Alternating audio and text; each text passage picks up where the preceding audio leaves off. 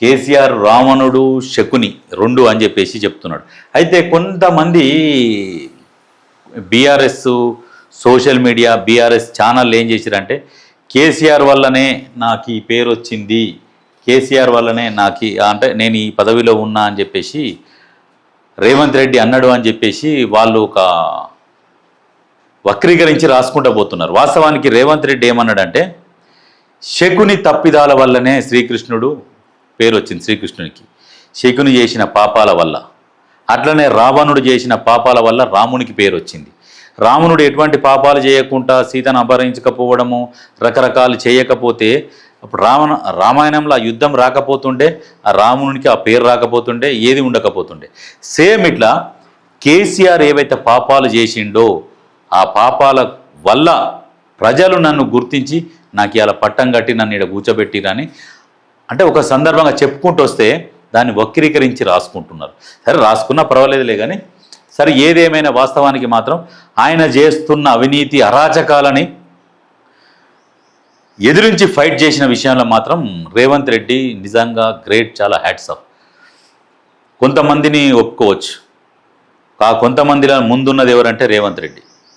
ఆ రేవంత్ రెడ్డిది పాత్ర ఏంటంటే 100% రేవంత్ రెడ్డి ఫైట్ చేసిండు, 80% ఫైట్ చేసిండు. ప్రజలల్లో ఒక నమ్మకాన్ని తీసుకొచ్చిండు.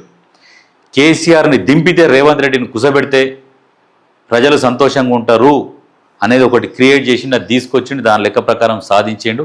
ఇలా ముఖ్యమంత్రి పీఠం మీద కూర్చున్నాడు. అంటే అదేం ఆషామాషి విషయం కాదు. అంటే ఎట్లా కొట్లాడితే ఏ రేంజ్లో కొట్లాడితే ఆ స్థాయికి వచ్చిండో ఆ ప్లేస్లో కూర్చున్నాడు అనేది అర్థం చేసుకోవాలి. కూర్చున్నాక కూడా ఎన్నో అభాండాలు, ఎన్నో ఏంటంటే ఇంకా ఆయన కొద్ది 3 నెలల్లో దిగిపోతాడని ఒక ప్రచారం చేసిర్రు. ఈ దింపుదామని చూసిర్రు, ఓ 2-3 వేల కోట్లు ఖర్చు పెట్టి దింపుదాము, 5,000 కోట్లు పోతే పోయినాయి దింపేద్దాము అంటే అధికారం పోతేసరికి నొప్పి ఎట్లా వచ్చిందంటే అట్లా నొప్పి లేచింది వాళ్ళకు. రేవంత్ రెడ్డిని దింపాలి కానీ నిజంగా మీకు ఇంత కుళ్ళు ఎందుకు రాబోయి? నిజంగా మీకు ఆయనను అధికారంలోకి దింపాలి చెయ్యాలి. ఆయన ఏమంటుండు, ఎలక్షన్లు అప్పుడే రాజకీయాలు, ఎలక్షన్లు అయిపోయినాక రాజకీయాలు లేవు, రండి కలిసి పనిచేద్దాం, ప్రజల కోసం సలహాలు సూచనలు ఇవ్వండి అని చెప్పిండు. రాండి, మన దగ్గర ఏమున్నాయి, మనకు ఎంత వస్తున్నది ఆదాయం, రాష్ట్ర ఆదాయం ఎంత, అప్పులు ఎంత, అన్నీ క్లియర్గా చూపించుకుంటూనే పనిచేస్తూనే ఉండే. అవన్నీ చేస్తున్నాక కూడా మళ్ళా సూటిపోటి మాటలు, రెచ్చగొట్టేది, తెలంగాణ ప్రజల సొమ్ముతో కూడబెట్టుకొని ఆ సొమ్ముతోని ఇప్పుడున్న ప్రభుత్వం మీద విష ప్రచారం చేయడము, ఇవన్నీ చిల్లర రాజకీయాలు అంటారు దాన్ని. ఎందుకంటే ప్రజలు ప్రతిదీ గమనిస్తుంటారు, ఏం చేస్తున్నారు, ఏంది, ప్రతిపక్షాలు ఏం చేస్తున్నాయి, పాలకపక్షం ఏం చేస్తుంది, ఎట్లా పరిపాలిస్తున్నారు అనేది తెలుసు. కాబట్టి ఎప్పుడైనా ఒకరి మీద మనం విష ప్రచారం చేసేటప్పుడు దాంట్లో వాస్తవం ఉన్నదా లేదా అది కూడా గమనించాలి.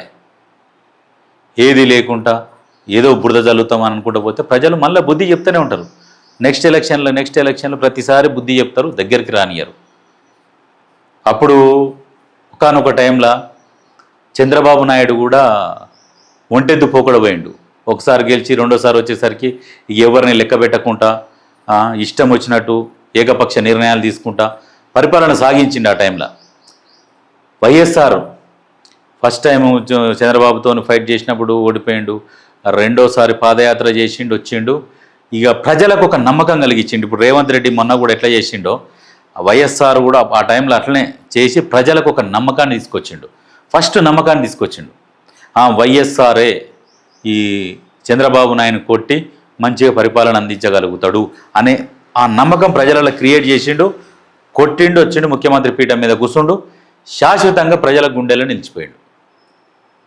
రాగానే ఉచిత విద్యుత్ మీద సంతకం పెట్టేసిండు. అసలు మామూలు విషయం కాదు అది. రుణమాఫీ ఏకకాలంలో రుణమాఫీ చేసిండు. అప్పట్లో 2004, ఇది 26, దగ్గర 22 సంవత్సరాల కింద 1,00,000 రూపాయలు ఏకకాలంలో రుణమాఫీ చేసిండు. ఆ టైంలోనే 1,00,000 రూపాయలు అంటే అర్థం చేసుకోరు ఇక. అంటే ఏకకాలంలో 1 టైం రుణమాఫీ, అది మొగోడు. అదే 1,00,000 ఇప్పుడు ఉంటే ఎంత, ఎన్ని లక్షలు ఉంటుండే? అంటే అంత రుణమాఫీ చేసిండు ఏకకాలంలో. సేమ్ మళ్ళీ రేవంత్ రెడ్డి కూడా ఏకకాలంలో రుణమాఫీ చేసిండు 2 లక్షలు. మరి కేసీఆర్ 10 సంవత్సరాలు పరిపాలించి చేసిండా రుణమాఫీ? ఆలోచన చేసుకోవాలి. ఎవరెవరైతే రైతులు ఇది చూస్తున్నారో ఆలోచన చేసుకోరు. కేసీఆర్ చేసిండా? పూర్తి స్థాయిలో రుణమాఫీ చేసిండా? చేయలే. ఏమన్నా అంటే రైతు బంధు వేసిండు కదా అని అంటారు. రైతు బంధు ఎందుకు మొదలుపెట్టిండు? ఒక స్వార్థం. ఏంటంటే ఎన్ని కుటుంబాలు ఉన్నాయి? రైతు కుటుంబాలు 50 లక్షల కుటుంబాలు ఉన్నాయి.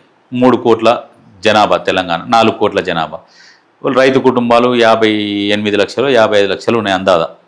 సరే 55 లక్షలు. ఈ 55 లక్షలకు దగ్గర దగ్గర ఒక కుటుంబంలో 4 వేసుకోరు. 4 వేసుకున్నా కానీ దగ్గర దగ్గర 2 కోట్ల మంది అవుతారు. సగం ఓట్లు మనకే పడతాయి రైతు బంద్ వేస్తే అనే ఒక ఆలోచనతో పోయిండు. సగం ఓట్లు మనకే పడతాయి. మామూలు పోలింగ్ శాతం ఎంత? 50% యావరేజ్ 50%, ఓ 55%.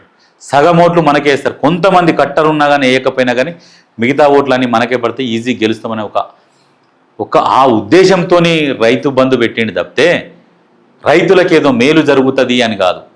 మరి టీఆర్ఎస్ ప్రభుత్వంలో కూడా యూరియా కోసం లైన్లు కట్టిరు, చెప్పులు కూడా పెట్టిరు. ఊరేస్తే ఊరే అని చెప్పిండు. అది మరి అవన్నీ గుర్తుకు రావాలి కదా. రైతు బంధు ఏం చేసిండు? రైతు బంధు ఇచ్చిండు. దాంతోపాటు ఈ ప్రభుత్వ భూములు ఉంటాయి చూసినవా, ప్రభుత్వ భూములు కూడా ఏది ధరణి అనేది తెచ్చిండా, వాళ్ళ పట్టెగాన్లకు అందరికీ రిజిస్ట్రేషన్ చేసిరు. మీరు క్లియర్గా చెప్తున్నా, ప్రభుత్వ భూమి మాయమయ్యి ప్రైవేటు భూములు పెరిగినాయి. భూమి అంతే ఉన్నది కానీ ప్రైవేటు భూములు ఎంత ఉన్నాయి, ప్రభుత్వ భూములు ఎంత ఉన్నాయి క్యాలిక్యులేట్ చేసుకుంటే ఇప్పుడు ఒకప్పుడు ప్రభుత్వ భూమి ఇన్ని లక్షల ఎకరాలు ఉండాలంటే అన్ని లక్షలకి వెళ్ళి ఇంత మాయమైంది. ఇక్కడ ప్రైవేట్ వాళ్ళకి పెరిగింది. అంటే ప్రభుత్వ భూమిని కబ్జా చేసి ప్రైవేట్గా రిజిస్ట్రేషన్ చేసుకున్నారు. ప్రభుత్వ అండదండ లేనిది రిజిస్ట్రేషన్ కాదు కదా, రిజిస్ట్రేషన్ చేసుకున్నారు. ప్రైవేట్ రిజిస్ట్రేషన్లు పెరిగిపోయినాయి. దానికి కూడా రైతు బంధు గుట్టలకు, చెట్లకు, పుట్టలకు, పట్టెగాన్లకు అట్లా ఇచ్చి తెలంగాణ ప్రజల సొమ్ము ఆగం చేసి ఇలా 8.5 లక్షల కోట్ల అప్పు పెట్టిండు. పెట్టిపోతే పరిపాలనకు కూడా ఇబ్బందిగా ఉంటే 2023లో రైతు బంధు కోసం ఔటర్ రింగ్ రోడ్డు తాకట్టు పెట్టిండు. ఇది వాస్తవం. ఇది 7,500 కోట్లకు ఔటర్ రింగ్ రోడ్డు ఇచ్చేసిండు లీజ్కు. ఇచ్చేసి అప్పుడు రైతు బంధు వేసి ఎలక్షన్లలో మళ్ళీ గెలుద్దామని చూసిండు. అప్పటి పైసలు లేవు.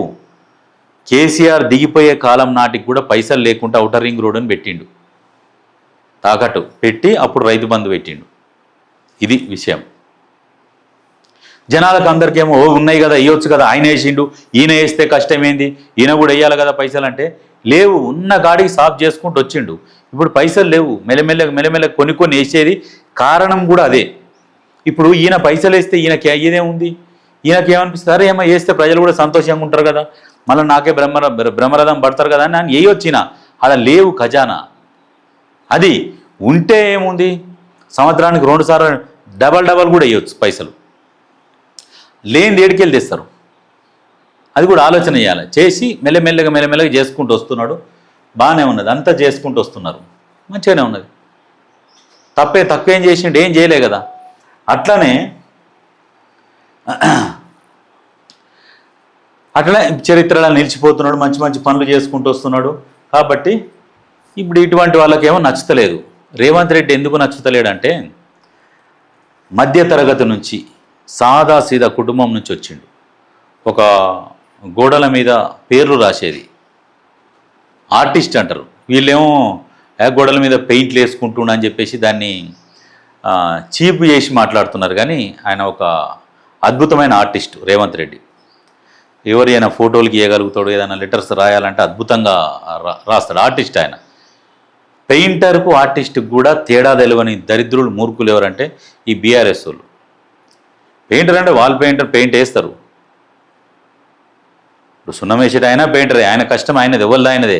కానీ ఈయన ఆర్టిస్ట్ అని చెప్తే పేరు గొప్పగా అవుతుందని చెప్పేసి గోడల మీద రాతలు రాసుకునేటోడు అని చెప్పేసి ఇట్లా ప్రచారం చేసింది. రాతలు రాసిన తెలంగాణ ప్రజల రాతలు మారుస్తందుకు మళ్ళీ గడ్డ మీద కూర్చున్నాడు వచ్చి. అది ఎందుకంటే ఏ విషయంలో ఆలోచన చేసినా ఒక ఫైట్ చేసిండు, కొట్లాడిండు, సాధించిండు, కూర్చున్నాడు. అయితే ఇంకొక విషయం ఏంటంటే, సరే వాళ్ళు ఎన్ని అనుకున్నా ఏం కాదు. కానీ అయితే నేను అసెంబ్లీలో ఏం చేసిరంటే సన్న బియ్యం ఇచ్చిండు. మరి వీళ్ళు తెలంగాణ వచ్చినాక తెలంగాణని బంగారు తెలంగాణ చేస్తాం, అది చేస్తాం, ఇది చేస్తాం, ఏదో సాధిస్తామని చెప్పారు. మరి సాధిస్తామని చెప్పిన వాళ్ళు సన్న బియ్యం ఇవ్వాలి కదా, రేషన్ కార్డులు ఇవ్వాలి కదా. రేషన్ కార్డులు కూడా ఇవ్వలే బీఆర్ఎస్ ప్రభుత్వం. ముచ్చట్లు మాత్రం భారీగా చెప్పారు. భారీగా అంటే మామూలు భారీగా చెప్పలే, అతి భారీగా చెప్పారు ముచ్చట్లు. అధికారంలోకి వద్దామని చెప్పేసి చెప్పారు, వచ్చిరు. సన్న బియ్యం ఇయ్యమంటే కేటీఆర్ ఏమన్నాడంటే ఏదో ఒక షోలో కూర్చొని పొలాలలో కూర్చొని అన్నం తినుకుంటా సన్న బియ్యం ఇస్తే 2500 కోట్ల భారం పడుతుంది మన మీద, ఏమనుకున్న సన్న బియ్యం ఇచ్చడం మామూలు విషయం కాదని చెప్పిండు. అయ్యాల ఆయన గురించి ఆయన గొప్పగా చెప్పుకుంటు 2500 కోట్ల భారం మీద పడుతుందని. మరి అదే భారం మరి రేవంత్ రెడ్డి మీద వేసుకుని సన్న బియ్యం ఇస్తున్నాడు కదా, ఇస్తున్నాడా ఇస్తలేడా? మరి దీన్ని ఎందుకు మరి మెచ్చుకుంటలేరు? మరి దీని మీద కూడా విష ప్రచారం చేస్తున్నారు. సన్న బియ్యం కాదు, గంజి గంజి ఉన్నాయి, అందులో విటమిన్స్, మినరల్స్, జింకు కొన్ని కలుపుతారు. బియ్యము నీళ్ళల్లో పోసినప్పుడు కొన్ని తేలుతుంటాయి, ఏది కొన్ని తేలుతాయి. ఆ తేలినే విటమిన్స్, మినరల్స్, పోషక ఆహారాలు అవి ఉంటే జర కొంచెం జనాలు కూడా మంచిగా బలంగా ఉంటారని చెప్పేసి ఆ ఉద్దేశంతో ఇవి చేసిండు. దాన్ని కూడా వ్యతిరేకిస్తారు. ఏమో సిగ్గు ఉండాలి. రేషన్ కార్డులు అందరికీ రేషన్ కార్డులు ఇచ్చే, 1 కోటి పైగా రేషన్ కార్డులు ఇచ్చిండు. ఇప్పుడు మీరు వచ్చేమని ఇచ్చిర్రా? ఏం లేదు. వైఎస్ఆర్ ఉన్నప్పుడు వచ్చిన రేషన్ కార్డులు మళ్ళీ రేవంత్ రెడ్డి వచ్చినాకనే రేషన్ కార్డులు వచ్చినాయి. అంటే ఇది ఏ ప్రభుత్వం అనేది అర్థం చేసుకోర్రి. ప్రజల ప్రభుత్వమా కాదా? ఎందుకంటే విష ప్రచారం చేస్తారు. ప్రతిపక్షాల పని ఏంటంటే ప్రతిపక్షాలు కూడా బలంగా ప్రభుత్వాన్ని విమర్శించాలి, ప్రభుత్వాన్ని బలంగా విమర్శించాలి. కానీ ప్రభుత్వ తప్పులు ఉన్నప్పుడు, ప్రభుత్వం చేస్తున్న పనులు ప్రజలకు మంచిగా లేనప్పుడు విమర్శించాలి. అది ప్రతిపక్షాల పని. ఎంతసేపటికి ప్రతిదీ మనము విమర్శనే చేయాలి, మంచి చేసినా చెడు చేసినా అంటే ప్రజలు అన్నీ గమనిస్తూనే ఉంటారు. ఇవాళ రేపైంది ప్రతి ఒక్కరికి ఫోన్లు చేతుల్లోనే ఉంటాయి. నిమిషానికి ఎక్కడెక్కడ ఏం జరుగుతుందనేది తెలిసిపోతూనే ఉంటుంది.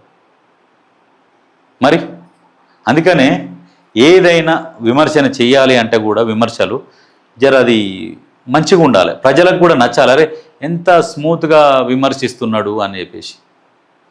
ఎంతసేపటికి పొగరుబోతుగా అహంకారిగా విమర్శలు చేస్తే తెలంగాణ ప్రజలు సహించరు.